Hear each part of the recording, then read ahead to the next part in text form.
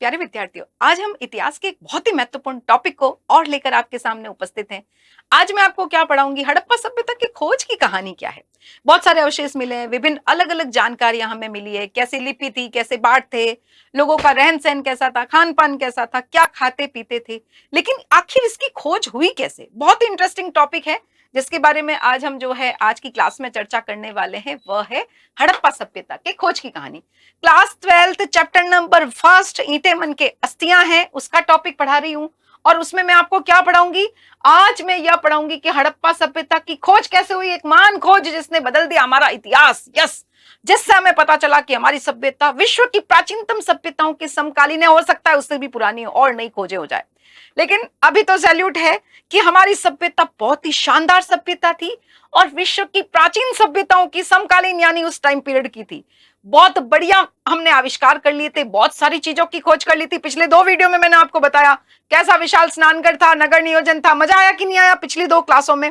ठीक उसी प्रकार से आज भी मजे मजे के साथ एक और शानदार टॉपिक, परीक्षा की दृष्टि से अति महत्वपूर्ण टॉपिक मैं आपको करवाने वाली हूं। चले शुरू करते हैं। हड़प्पा सभ्यता की खोज कब हुई, कहां हुई, जॉन मार्शल कौन थे, दयाराम साहनी क्या थे, कौन सी वस्तुएं मिली, सब कुछ आज जो है इस टॉपिक में मैं आपको पढ़ाने वाली हूं। चलो शुरू करते हैं।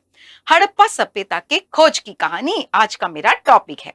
देखो, हजारों साल बीत गए, हड़प्पा सभ्यता जब हुई, जब भी हुई, अभी उसको भूल जाओ कब हुई क्या हुई, हम उसकी खोज के बारे में पढ़ रहे हैं।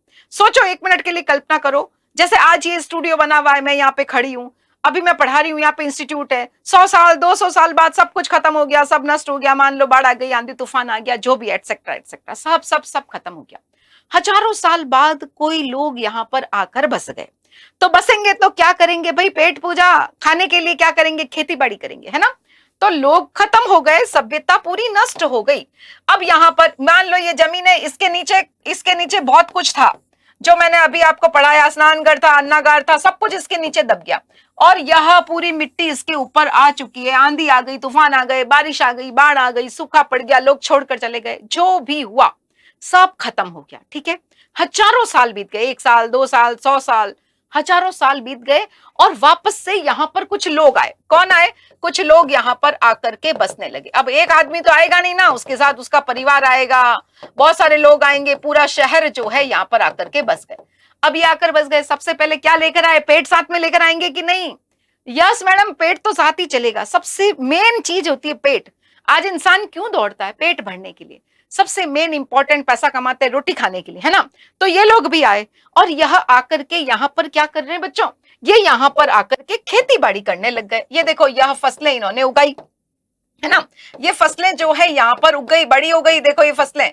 अब इसकी कटाई कर रहे हैं, कभी इसकी जुताई कर रहे हैं और जमीन को खोद रहे हैं। खोदते खोदते अरे यह क्या मिल गया, इन्हें क्या मिला, यहाँ पर नीचे से मोहर मिल गई। कभी क्या मिल गया, यहाँ की मोहरें मिली, हड़प्पा की मोहरें जो है, इस प्रकार की हड़प्पा की मोहरें मिली जिस पर जानवर का चित्र बना हुआ था। कभी यहां से इन्हें क्या मिल गया, अरे कभी यहां से इन्हें जो है हम देखते हैं एक पुरुष की मूर्ति मिल गई। कभी यहां से क्या मिल गए, बहुत सारे सैकड़ों मनकों का आभूषण। हड़प्पा सभ्यता के लोग बहुत शौकीन थे, पता है आपको। जैसे आज आप लोग बहुत मोती की माला और हम सब कड़ा और पहनते हैं ना, लिपस्टिक लगाते हैं, वहां के भी लोग लिपस्टिक लगाते थे, कानों में पहनते थे, हाथों में पहनते थे, बहुत शौकीन थे। जैसे आज दाढ़ी रखने की बहुत फैशन है, लंबे बाल, वो भी बहुत लंबे बाल रखते थे। कांच मिले, दर्पण मिले, बहुत सारे शौकीन लोग थे ये लोग। तो यहाँ सब जब कुछ नए लोग, ये कौन है, हजारों साल बाद आए लोग हैं, हजारों वर्षों बाद की कहानी बता रही हूं। किसके बाद? हड़प्पा सभ्यता का जब पतन हो गया, विनाश हो गई, इस सभ्यता का पूरा विनाश हो गया। जब यहाँ पर बहुत ज्यादा बाढ़ आ गई, सब जल में समा गया, हजारों साल बीत गए, अब नए लोग यहाँ पर आ रहे हैं। लोग तो आएंगे। आज आप देखो, पहले क्या था, शहर में लोग बसे हुए थे, अब आजकल देखो शहर से दूर दूर तक, बहुत दूर दूर तक लोग बन गए, लोग जो है बस गए और उनके मकान बने हुए मिलते हैं कि नहीं मिलते हैं। तो ठीक इसी प्रकार से जैसे जैसे आबादी बढ़ी, जनसंख्या आई, यहाँ पर आकर के इन स्थानों पर बस गई। उन्हें कुछ नहीं पता, वे नहीं जानते कि यहाँ पे नीचे पहले हड़प्पा सभ्यता थी और लोग रहते थे, मकान बनाए, आभूषण बनाए, उन्हें कुछ नहीं पता। वो तो आए हैं जस्ट यहाँ पर और यहाँ रहने लग गए, पूरा शहर बसा दिया इन्होंने, बहुत सारे गांव बस गए, लोग रह गए। और अब धीरे धीरे कभी जुताई कर रहे हैं, कभी खुदाई कर रहे हैं। मान लो किसी को नया मकान बनाना है, बहुत नींव खोदी उसने, और नींव खोदी और उसे यहाँ पर क्या मिल गया, यहाँ पर कांच का दर्पण मिला, किसी को यहाँ पर लिपस्टिक मिल गई, किसी को यहाँ पर सोने का आभूषण मिल गया, किसी को यहाँ पर कटाई के औजार मिल गए। तो बहुत सारी चीजें नीचे से निकल कर आ रही है। अब इन खोजों को, एक खोज को दूसरी खोज के साथ जोड़ा गया और एक पूरी पिक्चर बन गई। यस, एक पूरी कहानी निकल करके सामने आई। वही हड़प्पा सभ्यता की खोज की कहानी आज मैं आपको बताने वाली हूं हमारे इस शानदार वीडियो के अंदर। चलो शुरू करते हैं। अब सबसे पहले बात करते हैं, ये खुदाई हुई कब मैडम? जब अंग्रेज भारत में आए तब उनके द्वारा भारतीय पुरातत्व विभाग की स्थापना की गई। क्या होता है ये भारतीय पुरातत्व विभाग? पहले इसको समझो। क्या बोला मैंने? एक शब्द बोला, भारतीय पुरातत्व विभाग। भारतीय पुरातत्व विभाग, ये डिपार्टमेंट क्या होता है इसको समझो। भारतीय पुरातत्व विभाग क्या है? भारतीय पुरातत्व विभाग वह था जहां पर कुछ लोगों को अपॉइंट किया गया, एक उनका हेड बनाया गया और खुदाई करते थे। बहुत मुश्किल काम है खुदाई करना। धूप कितनी है भारत में, गर्मी कितनी पड़ती है, हाल बेहाल हो जाते हैं। लेकिन कुछ लोग बहुत ज्यादा मेहनती थे, खुदाई करी और अंग्रेजों ने हमारी सभ्यता के बारे में बताया। यस, जॉन मार्शल था जिसने विश्व के सामने सिंधु घाटी सभ्यता की खोज की घोषणा करी थी, और वह हमारी गौरवपूर्ण सभ्यता थी, प्राचीनतम सभ्यता थी। जैसे अशोक के अभिलेख किसने पढ़े? जेम्स प्रिंसेप ने। ये सब अंग्रेज जब भारत में आए उस समय खोजे हुई। अंग्रेज लाख बुरे थे, बहुत कंगाल करके गए, लेकिन बहुत सारी देन भी है उनकी, जैसे रेल निर्माण उनके द्वारा, जैसे कि भारतीय पुरातत्व विभाग उनके द्वारा, बहुत सारी चीजें आगे धीरे धीरे आपको पढ़ाऊंगी। सब कुछ उनके द्वारा स्थापित किया गया। तो भारतीय पुरातत्व विभाग की स्थापना 1861 में की गई थी और उसका पहला हेड व्यक्ति कौन था? Alexander Kernighan. तो भारतीय पुरातत्व सर्वेक्षण का जनक किसे कहा गया है? कभी कभी ऐसा भी क्वेश्चन पूछते हैं। तो भारतीय पुरातत्व विभाग का जो विभाग है उसका जनक किसे कहा गया है? विभाग के जनक जो थे वह थे अलेक्जेंडर। पहले डायरेक्टर थे यानी हेड, उसी को जनक कहा गया है। Alexander Kernighan. अलेक्जेंडर कर्निघन साहब भारतीय पुरातत्व विभाग के जनक माने जाते हैं। यह भी क्वेश्चन परीक्षा में पूछ रहे हैं तो यह भी याद रख लेना, ठीक है। चलो, अलेक्जेंडर कर्निघन साहब इसके हेड बन गए। अब पुरातत्वविद यानी खुदाई, पुरातत्वविद का मतलब क्या है? जो खुदाई करते हैं, अंदर से वस्तुएं ढूंढते हैं, उसके बारे में जो है अन्वेषण करते हैं, पता लगाते हैं ये कितने साल पुरानी है, क्या यूज था, बहुत सारी बातें खोजते हैं, तब इतिहास बनता है। इतिहास की किताबें ऐसे ही नहीं लिखी जाती, आपको पढ़ते हुए भी तकलीफ होती है। अरे मैडम कैसे याद करें, इतनी मुश्किल है हिस्ट्री, रात को पढ़ी सुबह भूल गए। अरे क्या भूल गए, कैसे उसको बनाया गया। इतिहास वह नहीं है जो लिखा गया, इसके अलावा भी बहुत कुछ बाकी है जो हमें पता ही नहीं है। लेकिन जिसकी खोज हुई, फिर हमने उसको दूसरे जगह से तुलना करी, एकदम ऑथेंटिक यानी एकदम सच जो था, जो हमें लगता है, हो सकता है वो झूठ हो, कल को नई खोज हो जाए और नई चीज पता चल जाए, तो जो हमें सही लगा उसको बड़ी मेहनत के साथ किताबों में लिखा गया, एनसीईआरटी में। और बस इतनी सरल चीजें अब आपके लिए सामने आ चुकी है। आपको मैं ये थोड़ी कह रही हूं धूप में जाओ, खुदाई करो, पता लगाओ क्या हमारी सभ्यता थी, कितनी पुरानी थी। वो मेहनत तो कर ली लोगों ने, आपको तो पका पकाया परोस दिया है, बस उसको पढ़ना है। और उसको भी पढ़ाने के लिए मैं खड़ी हूं आपका। फिर भी आप अगर नहीं पढ़ पाते हो, 100 में से 100 नहीं ले पाते हो, तो फिर आप क्या ही कर रहे हो? सोचो, आज के युवा हो आप लोग, है ना, फिर आप क्या ही कर रहे हो अपने जीवन में कि इतना जो है इतिहासकारों ने खोज कर ली, आर्कियोलॉजिस्ट ने खुदाई कर ली, सारा कंक्लूजन निकाल दिया, बहुत बढ़िया तरीके से उसको सुंदर सिलसिलेवार तरीके से इतिहास की पुस्तकों में लिख दिया, फिर शीतल मैडम ने आपको प्यार से उसको समझा दिया। फिर भी हम ना पढ़े, फिर भी हम कहें कैसे पढ़े मैडम, याद नहीं होती है, तो फिर डूब मरने वाली स्थिति है कि हमें कुछ भी नहीं आता, हम इतना तो कर सकते हैं। अरे मेहनती बनो, रोज पढ़ना है, रोज पढ़ना है। बहुत सरल काम है पढ़ना, सबसे सरल काम है, और वो भी टीचर से पढ़ना तो और भी सरल काम है। किताब से पढ़ते हैं तो मैं मानती हूँ एनसीईआरटी की थोड़ी सी लैंग्वेज टफ है, समझने में मुश्किल होती है। हम आसपास की 2-4 बातें और बताते हैं तो वो और अच्छे से क्लियर हो पाती है, आप उसको अच्छे से याद भी कर पाते हो। तो अब तो बहुत सरल शब्दों में मैं आपको प्रस्तुत कर रही हूँ। तो इतिहास की खोज की कहानी जो है उसको समझना है, और वादा करो कि 100% एक भी क्वेश्चन का आंसर इसमें गलत नहीं जाएगा, सारे क्वेश्चन सही करके आओगे। भारतीय पुरातत्व का जनक किसे कहा गया? Alexander Kernighan. वो क्यों कहा गया वह भी मैंने आपको बता दिया। किसने स्थापित करी? भारतीय पुरातत्व विभाग की स्थापना किसने करी? अंग्रेजों के टाइम पर भारत में भारतीय पुरातत्व विभाग स्थापित किया गया, जो क्या काम करता था? खुदाई करवाते थे लोगों से, है ना। अलेक्जेंडर खुद खुदाई नहीं कर रहा है, उस चलता था, जाता था, वह भी देखता था, लेकिन उसके साथ उसकी पूरी टीम होती थी। एक एक चीज को, ऐसे नहीं है कि फावड़ा लिया और खोद दिया सब टूट फूट जाएगी फिर कुछ नहीं मिलेगा। बहुत ध्यान से आपने कभी वीडियो देखा हो कोई, तो ब्रश लेकर के एक एक चीज मिट्टी से निकालते हैं, ऊपर से सूरज भगवान तो हमारे हमेशा मेहरबान रहते हैं, कैसे एक एक चीज निकालते हैं, फिर उसको लैब में ले जा करके टेस्ट करते हैं कितनी पुरानी है क्या है, और फिर इतिहास पता लगता है। फिर इतिहासकार उसको इतिहास की किताबों में लिखते हैं। बड़ी मेहनत छुपी है इस किताबों के पीछे, और उसको सरल शब्दों में मैं प्रस्तुत कर रही हूं। तो आपका काम तो सबसे इजीएस्ट काम है कि उसको पढ़ना और याद करना, सबसे इजीएस्ट काम है। चलो, तो बात करते हैं भारतीय पुरातत्व विभाग के जनक की, अलेक्जेंडर कर्निघन। अब जो खुदाई करते थे पुरातत्वविदों की सबसे पसंदीदा चीज क्या थी भाई? कैसे आप किसी का पता लगाओ कि कुछ लिखा हुआ मिल जाए, है ना, तो उससे पता चलते। तो साहित्यिक लिखित सोर्स को पसंद करते थे। अगर मैं आपको कहूं कि भाई हिस्ट्री पढ़नी है तो कैसे पढ़ोगे? किताब से ही पढ़ोगे, जंगल में जाकर के पता तो नहीं लगा सकते ना। तो ठीक इसी प्रकार से जो खुदाई करने वाले लोग थे वह भी देखते थे कि जैसे अशोक के अभिलेख मिल गए तो उसका पता लगाया किसने लिखे हैं, क्या लिखे हैं, कब लिखे हैं, क्या चाह रहा है, राजा कैसा था। तो अगर लिखित स्रोत मिल जाए तो उसको ही पसंद करते थे। तो पुरातत्वविदों की पसंद क्या थी? लिखित और साहित्यिक स्रोत। लिखित स्रोत या कोई किताब मिल जाए, लिखित साहित्यिक स्रोत जो है, साहित्यिक स्रोतों को पसंद करते थे। साहित्यिक स्रोत जो होते थे वही पुरातत्वविदों की पहली पसंद हुआ करती थी। और इसी के साथ साथ टाइम पीरियड की बात करें तो जो पता होगा, जैसे अभी आप लोगों को क्या पता है, सबसे प्राचीनतम सभ्यता हड़प्पा, लेकिन हो सकता है उससे भी पहले कोई सभ्यता हो। अब आपको कोई वस्तु मिलती है तो आप यही सोचोगे कि सबसे प्राचीन है तो यानी हड़प्पा सभ्यता से जुड़ी हुई, क्योंकि आपका दिमाग वहीं तक चलता है जहां तक आपको पता है।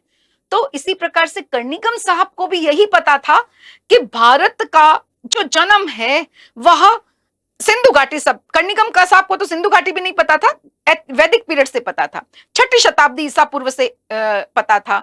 यानी जो जनपद काल है वहां से, वैदिक भी नहीं, जनपद काल से 6ठी शताब्दी ईसा पूर्व गंगा घाटी के आसपास पनपे शहर है, वहां तक उनको आइडिया था। और वह यह मानते थे भारत का इतिहास यहीं से आरंभ हुआ।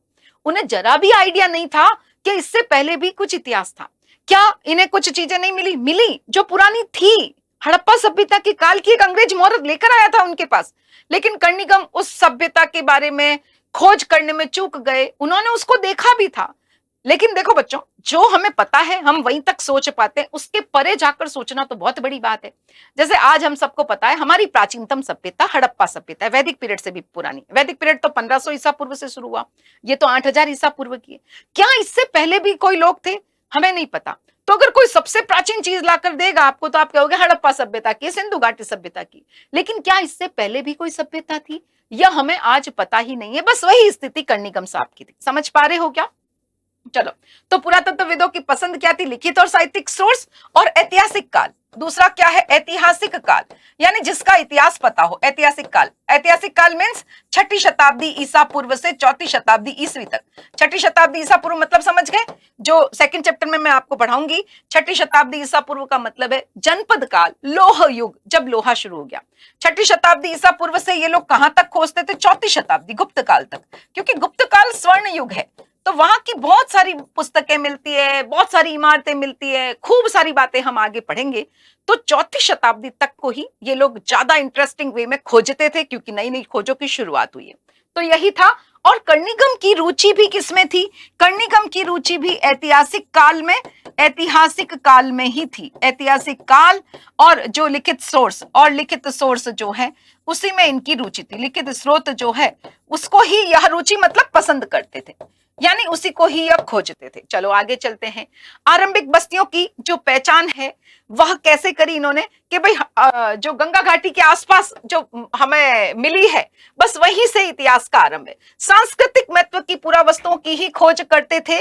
और कर्निघन साहब ने हड़प्पा सभ्यता, हड़प्पा जो जगह है उसको खोजा ही नहीं, क्योंकि वह सांस्कृतिक महत्व की नहीं थी। देखो, सांस्कृतिक महत्व का मतलब क्या है, अब इसको समझो। ये जो आर्कियोलॉजिस्ट थे उसी स्थान को खोजते थे जो सांस्कृतिक महत्व की। सांस्कृतिक महत्व मतलब 6ठी शताब्दी ईसा पूर्व लोह युग के साथ एक और चीज क्या पढ़ते हैं? बौद्ध धर्म, जैन धर्म। जब बौद्ध धर्म आया, महात्मा बुद्ध का आविर्भाव हुआ, महावीर स्वामी आए, उन्होंने जो प्रचार प्रसार किया, शिक्षा दी, उसके बारे में हमें बहुत कुछ जानकारी मिलती है। क्या महात्मा बुद्ध ने लिखा? नहीं। उनके कई सालों बाद उनके जो फॉलोवर्स थे, 100-200 सालों बाद उनके फॉलोवर्स ने पिटक की रचना करी, तो वो हमें मिलते हैं। वही इतिहास के सोर्स थे, उससे पता चलता था अच्छा महात्मा बुद्ध का जन्म हुआ था, उन्होंने ये शिक्षा दी, यह मार्ग बताए मुक्ति के, ये सब चीजें हमें पता चलती है। तो यह ध्यान रखना आरंभिक बस्तियों की पहचान कैसे करते थे, तो यह ध्यान रखना है कि आरंभिक बस्तियों की पहचान इस प्रकार से करते थे कि जो हम देखते हैं कि सांस्कृतिक महत्व की थी, जो सांस्कृतिक महत्व की थी, सांस्कृतिक महत्व की थी और छठी शताब्दी ईसा पूर्व की थी, छठी शताब्दी ईसा पूर्व की थी। बस उसी को ही इंपॉर्टेंस देते थे। और जहां जो बौद्ध तीर्थ यात्री आए थे, बौद्ध तीर्थ यात्रियों के जो स्थल थे के लिए जो महत्वपूर्ण, बताओ बौद्ध तीर्थ यात्रियों के लिए महत्वपूर्ण स्थल कौन से थे? महत्वपूर्ण स्थल जो थे, स्थल उन्हीं की खोज की गई। जैसे कि महात्मा बुद्ध का जन्म कहाँ हुआ? नेपाल की तरह लुम्बिनी में। तो हम देखते हैं हेनसांग फाइयान भारत आए थे, तो ये लोग महात्मा बुद्ध के बारे में जानना चाहते थे। तो गया जहां पर ज्ञान प्राप्त हुआ, सारनाथ जहां पहला उपदेश दिया, बस यही मेन स्थान थे इन लोगों के लिए और ये वहीं जाते थे। हड़प्पा जो पाकिस्तान में, वहां नहीं जाता था कोई बौद्ध यात्री। चीन से जो आए थे बौद्ध यात्री, मतलब क्या? चीनी बौद्ध यात्री है जो भारत आए थे, उनके जो महत्वपूर्ण स्थल थे, उनकी जो महत्वपूर्ण पुस्तकें थी, वही इतिहास को जानने के सोर्स थे, उसी का अध्ययन करते थे। और हड़प्पा चूंकि बौद्ध स्थल नहीं था, क्या हड़प्पा में महात्मा बुद्ध से संबंधित कोई बात है? नहीं, हड़प्पा बौद्ध स्थल नहीं था और इसीलिए कर्णिगम साहब ने भी हड़प्पा में कोई रुचि नहीं ली, हड़प्पा में जगह में कोई रुचि जो है नहीं ली। क्या इन्हें हड़प्पा से कुछ मिला ही नहीं? मिला था। ध्यान रखना है, एक अंग्रेज आया था, एक अंग्रेज जो है आया था और यह हड़प्पाई मोहर लाया भी था। हड़प्पाई मोहर जो है ला करके किसको दी? हड़प्पाई मोहर ला करके अलेक्जेंडर कर्णिगम साहब को दी भी थी, अलेक्जेंडर कर्णिगम साहब को दी थी। क्या इन्होंने इसको फेंक दिया? नहीं, अलेक्जेंडर कर्णिगम साहब ने उसको आंखों से देखा, लेकिन उन्होंने यही सोचा कि यह ऐतिहासिक काल की है, यानी गंगा घाटी के आसपास पनपे शहरों की है। वह ये सोच ही नहीं पाए कि यह इतनी पुरानी भी हो सकती है। तो यह ध्यान रखना, कर्णिगम के अनुसार भारत का इतिहास कहां से आरंभ होता है? गंगा घाटी के पास पनपे शहरों से, गंगा घाटी के पास पनपे शहरों से, गंगा घाटी के पास पनपे शहरों से ही इतिहास का आरंभ माना। और इसी वजह से क्या हो गए? वह चूक कर गए। देखो, यह मोहर उन्हें मिली है, लेकिन कर्णिगम जो है इस मोहर के महत्व से चूक गए। कर्णिगम, ये जो मोहर है, यह इस मोहर के महत्व को पहचानने से चूक गए, नहीं तो आज उनके नाम पर होता। महत्व को जानने से चूक गए, उन्हें नहीं पता चला कि यह इतनी पुरानी है, यह नहीं पता चला कि यह इतनी पुरानी हो सकती है। वह तो यही मानते थे कि गंगा घाटी के आसपास शहर पनपे, उतनी ही यह पुरानी होगी। देखो, ये जानवर का चित्र है, ये हड़प्पाई लिपि है, ये मोहर मिली, यानी मेरे हाथ में ये चीज आई, लेकिन मैं नहीं पहचान सकी कि हड़प्पा सभ्यता की है, और इसी वजह से मैं खोज की कहानी मेरे नाम पर नहीं होगी। तो किसने खोज करी? चलो अब शुरू करते, बहुत ही मजेदार टॉपिक जहां से प्रश्न पूछते हैं। पहले एक चीज और समझा देती हूँ। देखो, एक चीज और आपको समझना बहुत जरूरी है, वह है कि कोई भी एक जगह, मान लो ये एक कमरा है 12 बाई 12 का, मान लो, तो यह एक कमरा एक इतिहास का काल नहीं हो सकता। इसमें थोड़ी ऊपर कोई चीज मिलती, फिर नीचे मिलती, फिर नीचे, वो अलग अलग टाइम पीरियड की है, वह अलग अलग काल की होती है। लेकिन जब शुरुआती दौर है, आर्कियोलॉजिकल डिपार्टमेंट स्थापित हुआ, उस समय इतना पता नहीं था। जैसे पहले फोन कैसे आए, नोकिया के, हम देखते हैं टक टक टक दबाओ तब, अब ऐसा आता है कि अब सबके पास स्मार्टफोन है। धीरे धीरे हमारी जो है टेक्नोलॉजी डेवलपमेंट होता है और हमें नई नई चीजें पता चलती है। तो ठीक उसी प्रकार से पहले आर्कियोलॉजिस्ट जो है एक समान परिमाण वाली क्षितिज इकाई का एक साथ अध्ययन करते थे कि भाई इस एरिया में जो मिला वो सब एक ही काल का है। लेकिन ऐसा नहीं था बच्चों, धीरे धीरे हमें यह पता चला कि यह भी गड़बड़ है, इसमें भी ये एक एरिया है, इसी से कोई चीज मिल रही है, लेकिन एक हमें मान लो सबसे नीचे यहां से मिल रही है। कलर चेंज करके बताती हूं तो आपको दिखेगा, एक यहां से चीज मिल रही है, एक यहां से मिल रही है और एक यहां ऊपर से मिल रही है। तो ध्यान रखना, ये एक एरिया से समान परिमाण वाली जगह से मिल रही है, लेकिन ये अलग अलग काल की है। जॉन मार्शल साहब आएंगे, बहुत अच्छी बातें अभी बताऊंगी जॉन मार्शल के बारे में, लेकिन उनकी यह बहुत बड़ी कमी थी, वो स्तर विन्यास को समझ ही नहीं पाए। जो भी मिला उसको एक साथ ही उन्होंने विभाजित कर दिया और इससे भी बहुत बड़ी जानकारियां जो है वह लुप्त हो गई। आगे उसका भी इलाज होगा। देखो हर बीमारी का इलाज, नए नए डॉक्टर्स, नई नई खोजें, नए नए साइंटिस्ट, तो उसी प्रकार से नए नए आर्कियोलॉजिस्ट भी आएंगे और इस समस्या पर भी हम जो है समाधान कर लेंगे। लेकिन फिलहाल यहाँ पर ये समझना है, टीले बनते हैं, लोग आते रहते हैं, फिर मकान को छोड़कर चले जाते हैं, फिर मिट्टी आ जाती है, मलबा आ जाता है, उससे टीले बनते हैं। लेकिन टीलों की अलग अलग लेयर होती है, पता है आपको, इनके कलर में डिफरेंस आता है। कैसे पता लगता है? जो खुदाई करता है उसके कलर से पता चल जाता है, ये कलर लाइट है, ये डार्क है, ये अलग कलर है, ये अलग टाइम पीरियड था, ये अलग टाइम पीरियड था, ये बहुत पुराना।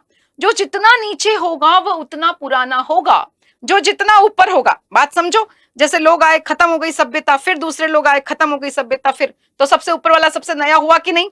समझ गए? हिस्ट्री को बहुत बारीकी से समझना है, तभी बहुत सुंदर तरीके से आंसर दे पाओगे। तो टीले कैसे बनते हैं, ये आर्कियोलॉजिकल साइट्स क्या होती है, ये सब भी मैंने आपको समझा दिया। चलो अब मेन छोटे छोटे क्वेश्चन यहाँ पर आते हैं। हड़प्पा सभ्यता की खोज की कहानी पूरी तो कभी नहीं पूछी, पर पूछ ले तो भी आपको कभी डरना नहीं। देखो मैं जब परीक्षा देने जाती थी ना, उस समय हमारे भी ऑप्शन में क्वेश्चन आते थे, बीए में, एमए में, या ये करो या ये करो। मैं कभी भी या वाला दूसरा देखा ही नहीं, पहला आया फटाफट लिख दिया, मुझे तो सारे याद है। मैं ऐसी तैयारी करके जाती थी कि जो पूछना है पूछ ले, मुझे तो सब याद है। और गोल्ड मेडल जो है वह मेरे आया था एमए के अंदर। तो बहुत अच्छे से हमें पूरे एक एक कंसेप्ट क्लियर होने चाहिए। ये नहीं सोचना मैडम लास्ट ईयर ये आ गया तो इस बार आएगा क्या। ऐसा हुआ कि लास्ट ईयर वाला यूं क्यों छपा है क्वेश्चन, मैं आपको बताऊंगी फिर कभी किसी क्लास में क्वेश्चन ला करके कि लास्ट ईयर आया और फिर पूछ लिया इस बार, तो बार बार रिपीट भी हो जाते हैं क्वेश्चन, कभी नए क्वेश्चन भी बन जाते हैं। तो आपको सब कुछ अच्छे से पढ़ना है, लेकिन यहाँ पर छोटे क्वेश्चन ज्यादा पूछ रहे हैं। चलो अब खोज की कहानी के मेन मुद्दे पर आते हैं। कर्णिकम साहब तो फेल हो गए, ये तो समझ में आ गया कि कर्णिकम साहब की रुचि तो ऐतिहासिक काल में थी, और जो है 6ठी शताब्दी ईसा पूर्व से पहले भी कुछ था ऐसा उनके दिमाग में ही नहीं था। और जो ऐतिहासिक स्थल थे बस वो वहीं पर ही खुदाई करवाते थे। उन्होंने भी ध्यान रखना है कि ऐसा नहीं है कि सांस्कृतिक महत्व की वस्तुओं को ढूंढा नहीं, उन्होंने भी जो सांस्कृतिक महत्व की वस्तुएं थी उनकी खोज की थी। ध्यान रखोगे, उन्होंने भी बहुत सारे अभिलेख जो है वह खोजे थे और उनका अनुवाद भी किया था, और उनका जो है हम देखते हैं संग्रह भी किया था। ऐसा नहीं है कि उस आदमी ने कुछ काम नहीं किया, वो भारतीय पुरातत्व का जनक है, ये मत भूलना। उसने भी काम किया, उसने भी खुदाई करी, उसने भी बहुत सारे अभिलेखों का संग्रहण किया, उनका अनुवाद भी किया, उसको समझने का प्रयास भी किया। लेकिन उसने उन्हीं वस्तुओं को खोजा जो सांस्कृतिक महत्व की थी, यानी जो समझ में आया हुआ था कि भाई बौद्ध धर्म हुआ, जैन धर्म हुआ, चाइनीज ज़ैनसांग आ रहा है, फाइयान आ रहा है, और उसने किताबें लिखी है, उसने भारत के बारे में लिखा है, तो किताबें मिल गई, समुद्रगुप्त की प्रयाग प्रशस्ति मिलती है हमें, अशोक के अभिलेख मिलते हैं, यानी जो लिखा हुआ मिल रहा है बस उसी को खोजा और उसी के बारे में उसने बताया। उसको मिली मोहर, लेकिन वह मोहर से चूक गया, और इस प्रकार से ये कहानी, एक कहानी पूरी हुई। अब चलते हैं कहानी के इंटरवल के बाद की पिक्चर, बहुत इंटरेस्टिंग पिक्चर इंटरवल के बाद की। चलो अब मेन मुद्दा, अब मेन मजा आने वाला है। अब एक व्यक्ति की बात करती हूं जिसका नाम क्या है, दयाराम साहनी। 20वीं शताब्दी, कौन सा समय है, 20वीं शताब्दी। 20वीं शताब्दी का मतलब तो पता है ना, कोई बच्चा ऐसा तो नहीं जिसे 20वीं शताब्दी का मतलब नहीं पता। देखो 1901 से 20वीं शताब्दी शुरू हो जाती है ना, तो यह 1901 को हम 20वीं शताब्दी कहते हैं। जैसे अभी 2026 चल रहा है ना, तो हम 21वीं शताब्दी में जी रहे हैं। जैसे ही 20 के बाद 1 आ गया तो उसको 21वीं शताब्दी बोलेंगे, क्योंकि 100 साल होंगे तब शताब्दी पूरी होती है। बात समझ में आ गई क्या? तो 20वीं शताब्दी का आरंभिक काल था। एक व्यक्ति दयाराम साहनी, वो जाता है हड़प्पा की तरफ। एक व्यक्ति कहाँ है, दयाराम साहनी, 20वीं शताब्दी। ये दयाराम साहनी जी की फोटो है, ये कहाँ गए, हड़प्पा। हड़प्पा की खुदाई करते हैं, और यहां पर इन्हें क्या मिलती है बच्चों, यहां पर इन्हें खुदाई में एक मोहर की प्राप्ति हुई। क्या मिली, एक मोहर मिली, ठीक है। और यह समझ में आ गया था कि यह हड़प्पाई मोहर अब तक ज्ञात स्तरों से प्राचीन है। अब तक जो खोजा गया है, अब तक ज्ञात जो स्तर है, यानी 6ठी शताब्दी ईसा पूर्व, जो भी हमें अभी तक पता चल गया, स्तरों से प्राचीन है, प्राचीन स्तरों से संबंधित है, प्राचीन स्तरों से संबंधित। देखो यह एक बहुत बड़ा मजेदार जो टर्निंग पॉइंट आया है इतिहास में, वही यह आया।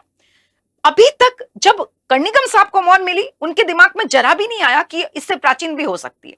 लेकिन दयाराम साहनी वह व्यक्ति है जिन्हें हड़प्पा से एक मोहर मिली, और उन्होंने यह समझ लिया कि यस, यह मोहर जो है वह अब तक ज्ञात स्तरों से नहीं मिल रही है, कुछ अलग लिखा हुआ है। इसका शेप अलग है, इसकी मिट्टी अलग है, इसका टाइम पीरियड अलग है। ये 6ठी शताब्दी ईसा पूर्व की नहीं है, ये तो और प्राचीन है। कितनी प्राचीन है ये अभी नहीं पता चल रहा, लेकिन यह पता चल गया है कि ये अब तक की ज्ञात, यानी अब तक की जितनी खोजी गई हमें जानकारी उससे भी पुरानी है। ठीक है, उस समय हेड कौन थे? जॉन मार्शल साहब। ध्यान रखना है, इस समय हेड जॉन मार्शल साहब है। जॉन मार्शल की अध्यक्षता में काम हो रहा है, तो नाम जॉन मार्शल का रहेगा, यह ध्यान रखना। जॉन मार्शल की अध्यक्षता में 2 आदमी काम कर रहे हैं। पहला इंपॉर्टेंट आदमी हमारा कौन सा है? दयाराम साहनी जी। तो याद रखोगे, पहला व्यक्ति, विशेष व्यक्ति, महान व्यक्ति दयाराम साहनी। मान क्यों कह दिया? क्योंकि हमारी महान सभ्यता की खोज में पहला पत्थर इनका ही है। बात समझ में आ गई? वैसे तो जॉन मार्शल साहब के नाम पर क्रेडिट जाएगा, क्योंकि जो हेड होता है, जैसे गांधी जी को राष्ट्रपिता कहा गया, क्या केवल गांधी के बलिदान से आजादी मिली क्या भाई? नहीं भाई, बहुत सारे योगदान है पीछे। लेकिन एंड टाइम पे जो उसके हमें आजादी दिलाकर एंट्रेंस दिला दी, तो उसका नाम जनता याद रखती है। तो इसी प्रकार से पहला पत्थर यह मान लो कि दयाराम साहनी जी का है। जॉन मार्शल साहब की अध्यक्षता में दयाराम साहनी जी ने 20वीं शताब्दी के आरंभिक दशकों में, यानी 1921 था, आपकी किताब में से घुमाकर लिखा है, क्योंकि एनसीईआरटी ज्यादा डेट्स वेट्स बच्चों को नहीं याद, रटाती नहीं है, समझाती है, इसलिए 20वीं शताब्दी। वास्तव में अगर बताऊं तो 1921 का टाइम था और यह एक मोहर मिली। अब ये सनसनीखेज खबर हो गई कि अरे भाई, ये मोहर 6ठी शताब्दी ईसा पूर्व की तो नहीं है, ऐतिहासिक काल की तो नहीं है, उससे पहले की है।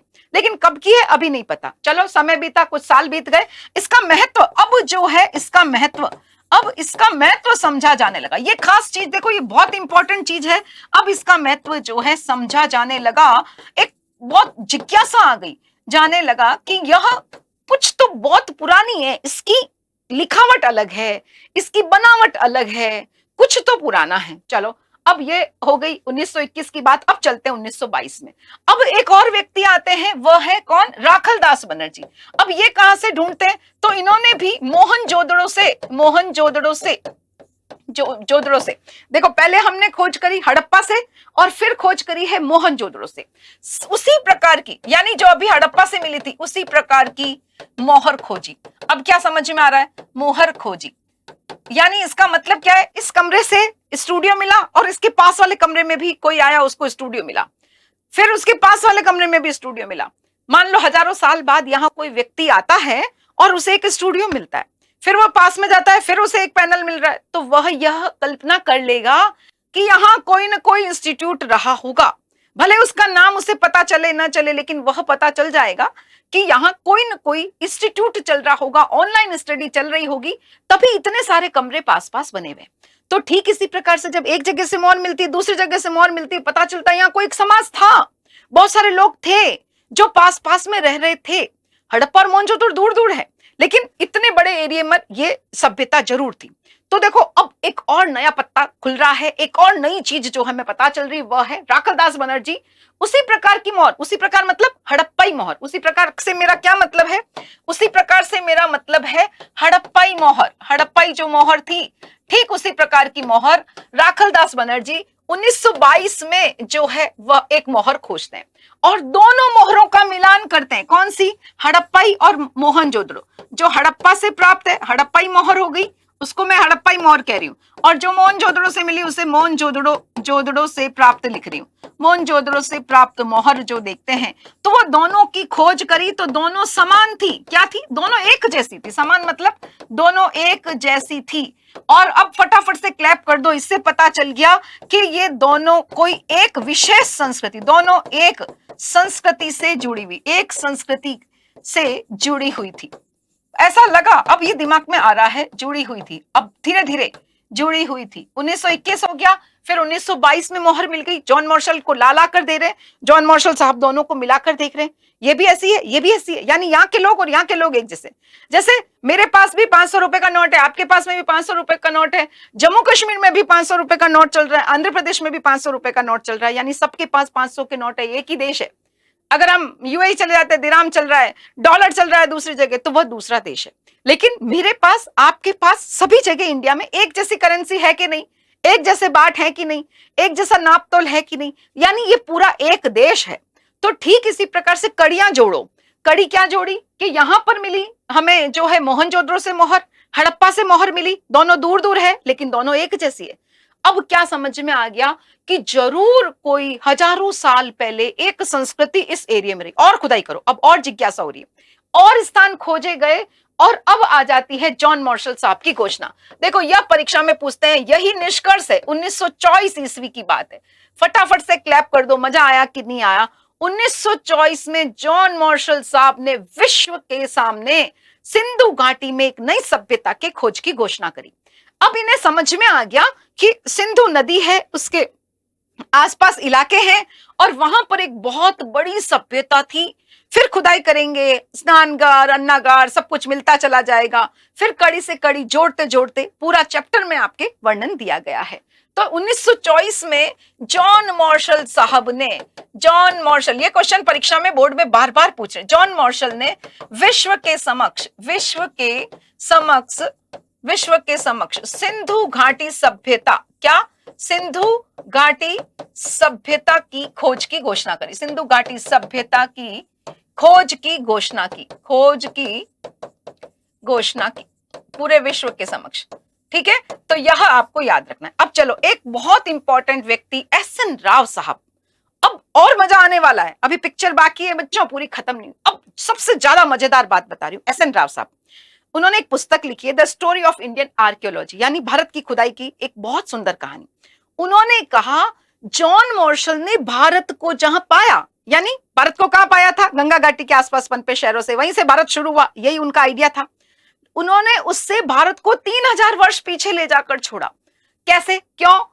क्योंकि मेसोपोटामिया से समकालीन हमारी सभ्यता थी, इस बात की पुष्टि हो गई। कैसे हुई भाई?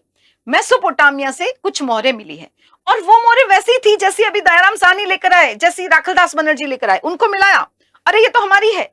यानी मेसोपोटामिया की सभ्यता जब थी उस समय हम भी थे, तभी तो हम उससे व्यापार कर रहे थे।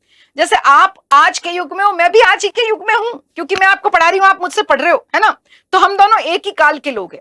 तो हमारी जो मोहरें थी वो मेसोपोटामिया में थी, लेकिन हमें नहीं पता था ये हमारी है। अब हमारी मोहरें खोजी, और हमें मेसोपोटामिया की सभ्यता की खोज तो हो चुकी थी कि भाई वहां पे एक सभ्यता थी, इतनी पुरानी थी, और हमें नहीं पता हम भी उतने पुराने हो सकते हैं क्या। हम तो बैठे हुए, हमें नहीं पता कि हम भी इतने पुराने हो सकते हैं। लेकिन अब एकदम खुशी की लहर आई, क्योंकि अब पता चला कि हमारी सभ्यता मेसोपोटामिया की सभ्यता के समकालीन थी। ये किसने बताया? एस.एन. राव साहब ने। और ये पुस्तक आपकी परीक्षा में बार बार पूछी जाती है। पहले तो इस पुस्तक का नाम याद करते हैं। एस.एन. राव साहब की पुस्तक क्या है? The story of Indian archaeology. सभी बच्चे लिखोगे, the story of Indian archaeology, story of Indian archaeology. ये पुस्तक का नाम सबको लिखना है और याद करना है। अरे इतनी बड़ी खोज हो गई, आप एक नाम नहीं याद कर सकते क्या? क्या दुखी होते हो बच्चों, इतनी बड़ी खोज हो गई। इस किताब से ही तो सबसे खास बात निकल कर आई। वैसे तो जॉन मार्शल साहब ने पूरे विश्व के सामने घोषणा कर दी 1924 में, विश्व के समक्ष सिंधु घाटी में नई सभ्यता की खोज, सिंधु घाटी में एक सभ्यता की खोज, है ना। चलो, अब स्टोरी ऑफ इंडियन आर्कियोलॉजी में जॉन मार्शल साहब ने, एस.एन. राव साहब ने क्या लिखा? जॉन मार्शल ने क्या लिखा? जॉन मार्शल ने भारत को जहां पाया उससे 3000 वर्ष पीछे ले जाकर छोड़ा। उससे 3000 वर्ष पीछे ले जाकर छोड़ा। इसका क्या मतलब समझे? भारत को उठाया और 3000 साल पीछे ले गए? अरे नहीं, इसका मतलब ये है कि अब हमें पता चल गया कि हमारी सभ्यता कैसे, इससे क्या पता चला? इससे यह पता चल गया कि हमारी सभ्यता जो है, सिंधु घाटी सभ्यता, कैसे पीछे लेकर छोड़ा कि सिंधु घाटी सभ्यता जो है, सभ्यता मेसोपोटामिया की सभ्यता, मेसोपोटामिया पढ़ाया है ना आपको 11th में? कोई बच्चा ऐसा तो नहीं जिसे मेसोपोटामिया की सभ्यता के बारे में नहीं पता। दजला, फरात नदियां, पूरी सुमेरियन सभ्यता सब पढ़ाया है मैंने आपको 11th में। तो चलो, सिंधु घाटी सभ्यता मेसोपोटामिया के समकालीन थी, मेसोपोटामिया सभ्यता के समकालीन थी। कैसे पता चला? कैसे पता चला कि हमारी सभ्यता मेसोपोटामिया के समकालीन थी? क्योंकि मेसोपोटामिया से जो सिंधु सभ्यता की मोहरें थी, मोहरें अब पहचान ली गई, जो पहले नहीं पहचानी गई थी। ध्यान रखना, मेसोपोटामिया से क्या मिली है? मेसोपोटामिया से हड़प्पाई मोहरें प्राप्त होती है, हड़प्पाई मोहरें मिलती है, हड़प्पाई मोहरें हड़प्पाई मोहरें मिली जो अब तक पहचानी नहीं गई थी, जो अब पहचान ली गई, जो अब पहचान ली गई। पहले नहीं पता था कि हमारी मोहरें हैं, अब तो दयाराम साहनी लेकर आ गए, राखलदास बनर्जी लेकर आ गए, दोनों को मिलान कर दिया, घोषणा कर दी हड़प्पा की सभ्यता। और वैसी की वैसी चीज हमारी कहां पे मिल गई है? वैसी की वैसी चीज हमारी मेसोपोटामिया से मिल रही है, और इससे पता चल रहा है हमारी सभ्यता हड़प्पा सभ्यता की समकालीन थी। लेकिन एक बहुत बड़ी कमी जॉन मार्शल साहब की रही, चलो वह भी बताती हूँ। पहले यह बात करते हैं, अगर पूछ ले भारत के अंदर सबसे पहले पेशेवर पुरातत्वविद कौन थे, तो जॉन मार्शल थे। यह मतलब पेशेवर का मतलब क्या होता है? जैसे आपकी मम्मी भी आपको पढ़ाती है, आपके पापा भी पढ़ाते हैं, दादा दादी भी पढ़ाते हैं, छोटा बच्चा होता है उसको सभी पढ़ाते हैं, थोड़ा बड़ा होता है फिर भी पढ़ा लेते हैं। लेकिन एक मैं आपको पढ़ा रही हूँ क्योंकि मैं आपकी टीचर हूं, मैं काफी सालों से वह सब कुछ पढ़ती आ रही हूं, तो मुझे पता है 2026 में देखो सिंधु घाटी सभ्यता की नगर नियोजन वाला क्वेश्चन आया, क्योंकि मैं लगातार यही पढ़ा रही हूँ, सारे पेपर मुझे याद है कहां पे कौन सा क्वेश्चन कौन से ईयर में पूछा गया। तो उसको क्या कहेंगे? पेशेवर टीचर, यानी जो जिसका काम करता है। अलेक्जेंडर कर्निकम साहब भी भारतीय पुरातत्व के सर्वेक्षण विभाग के जो है डायरेक्टर जनरल रहे, लेकिन जो जॉन मार्शल साहब आए थे ना, वह भारत के पहले पेशेवर पुरातत्वविद थे। तो यह ध्यान रखना कि पहले पेशेवर पुरातत्वविद पूछ ले तो वो कौन थे? पहले पेशेवर पुरातत्वविद जो थे, पुरातत्वविद, वह कौन से थे? तो वह जॉन मार्शल थे, जॉन मार्शल थे। यह कहां पर काम करके आए थे? मैंने कहा जो अपना पेशे के रूप में, बिजनेस के रूप में वो काम करता है, वो पेशेवर पुरातत्वविद होता है। तो ये कहां पर काम करके आए थे? यूनान में काम कर आए थे। देखो यूनान जो हमारी जो यूरोप की सभ्यता का पालना है, आपने 9th 10th में पढ़ा होगा। तो यह ध्यान रखना है कि जॉन मार्शल जो है यूनान में काम करके आए थे, क्रीट में काम करके आए थे। यूनान और क्रीट का जो अनुभव है वह लेकर के आए थे। ये देखो क्रीट भी मैंने आपको दिखा दिया है। तो ये यूनान और क्रीट में काम कर चुके थे और इनकी रुचि भारतीय सभ्यता में बहुत ज्यादा थी। इन्होंने दैनिक प्रक्रियाओं को खोजा, नई नई चीजों को खोजा, सब कुछ खोज करी, बहुत बढ़िया। लेकिन एक इनकी कमी थी। जॉन मार्शल साहब की एक बड़ी कमी बताती हूं, फिर इस वीडियो को एंड करेंगे, बहुत इंपॉर्टेंट है। इन्होंने सबसे बड़ी गलती क्या करी? यानी कि एक एरिया है, जैसे यह एक एरिया है ना, समान परिमाण, इसको क्या कहेंगे? समान परिमाण। परिमाण मतलब एक एरिया, समान परिमाण, समान परिमाण वाली जो एक क्षितिज इकाई है, जो क्षितिज इकाइयां हैं, समान परिमाण वाली क्षितिज इकाइयों को एक साथ वर्गीकृत कर दिया। इकाइयों को एक साथ वर्गीकृत करते थे, एक साथ वर्गीकृत। अब इसका क्या मतलब है? आप समझोगे इसको अच्छे से। जैसे मान लो यहां से कोई चीज मिल रही है, ये लेयर है, अलग अलग लेयर है, अलग अलग काल की होती है। अभी मैंने आपको समझाया था कैसे पता चलता है, उनके रंग में परिवर्तन आ जाता है ना, जिससे पता चलता है कि ये ज्यादा प्राचीन है, ये थोड़ी नई है, ये सबसे नीचे वाली सबसे प्राचीन होती है, यह भी याद रखना। तो एक समान परिमाण वाली क्षितिज इकाइयों को एक साथ वर्गीकृत किया, जिससे क्या होती थी? जिससे बहुत सारी मूल्यवान जानकारियां जो है, बहुत सारी मूल्यवान जानकारियां जो है वह लुप्त हो जाती थी, जानकारियां जो है लुप्त हो जाती थी। तो यह इनकी कमी रही। इन्होंने स्तर विन्यास को, अगर सरल शब्दों में कहूं तो मैंने आपको स्तर विन्यास भी इसमें समझाया है। स्तर विन्यास जो है, इस चीज को इन्होंने क्या कर दिया? इस चीज को अनदेखा कर दिया। तो फिर मैडम इसका क्या सॉल्यूशन हुआ? किसने इसको खोजा? अरे सब कुछ एक ही वीडियो में पढ़ा दूंगी क्या? अगर इसको भी जानना चाहते हो और इसी तरीके से बढ़िया बढ़िया वीडियो चाहते हो तो जुड़े रहो उत्कर्ष से, और लेकर आऊंगी इसी प्रकार के शानदार वीडियो जो परीक्षा की दृष्टि से महत्वपूर्ण होंगे, आपके नॉलेज की दृष्टि से महत्वपूर्ण होंगे और मजेदार भी होंगे। तो और हाजिर होती हूँ वापस नए वीडियो के साथ। Bye bye.